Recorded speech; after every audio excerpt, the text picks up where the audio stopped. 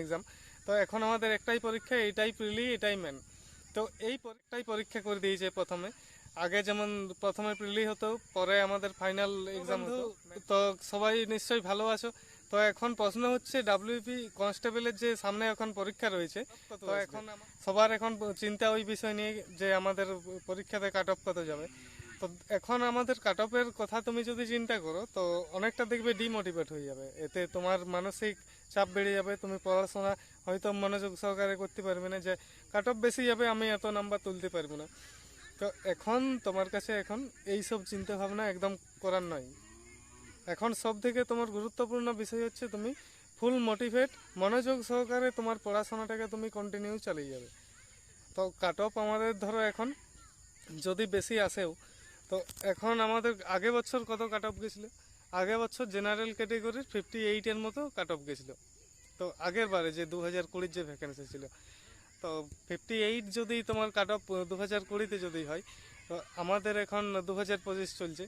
এখন ওর থেকে 5-10 নাম্বার তো বাড়াটা স্বাভাবিক ব্যাপার। তো 5-10 নাম্বার বেড়ে যাবে।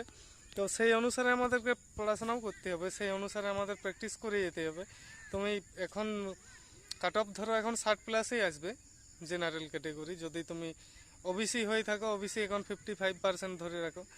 আর এসসি এসটি যে আমাদের রয়েছে, এসসি এসটিগুলোর এখন 50+ যদি নাম্বার এখন যদি তোমার থাকে, তো তুমি ফিজিক্যালে ডাক পেয়ে যাবে। আর ইন্টারভিউতে 15 নাম্বার যে রয়েছে, 15 নাম্বার ইন্টারভিউর জন্যে, তখন তোমার ওইটা তোমার ইন্টারভিউতে আলাদা নাম্বার দেওয়া হবে, সেটার বিষয়ে এখন কোনো টেনশন করো না। এখন মনোযোগ সহকারে 50 থেকে 55% তোমাকে মার্কস আনতেই হবে। তো এখন যদি তুমি কাট অফের চিন্তা করো, কাট অফের চিন্তা করলে এটাই দাঁড়াচ্ছে আমাদের এখন 50 থেকে 60% তোমার এখন কাট অফ চাই তো পাস করার জন্য। আর যদি সফল হয়ে যদি এখন পড়াশোনাটাকে করে যাও, তো 55 কেন, তুমি 60-70 তোমার পার্সেন্ট দেখবে তোমার রেজাল্ট হয়ে যাবে। এখন যদি বেশি চিন্তা করে যাও, তো এখন আমাদের চিন্তা একদম করবে না। আর বন্ধুদের সাথে একটু পারলে গ্রুপ স্টাডি করো।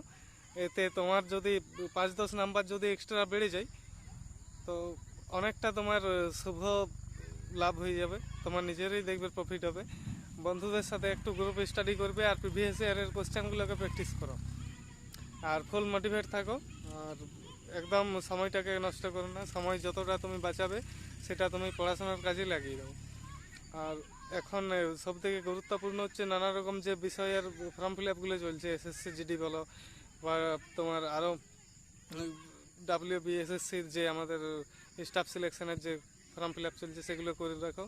রেলওয়ে গ্রুপ ডির যদি তুমি পরীক্ষা দাও, তো সেগুলোকে বারবার প্র্যাকটিস করো, পড়াশোনা করো, কারণ ডাব্লিউবিতে সীমিত ভ্যাকেন্সি আছে। এই ভ্যাকেন্সিতে সবাই তো ধরো সিলেকশন হতে পারবে না। তো এখন তুমি এই পড়াশোনাটা দেখবে তোমার তখন রেলওয়ে গ্রুপ ডিতে কাজে লেগে গেছে, তখন তুমি সাকসেস হয়ে গেলে গ্রুপ ডি বা এসএসসি জিডিতে। তো পড়াশোনা করে যাও, তুমি ফল নিশ্চয়ই পাবে, টেনশন একদম করবে না।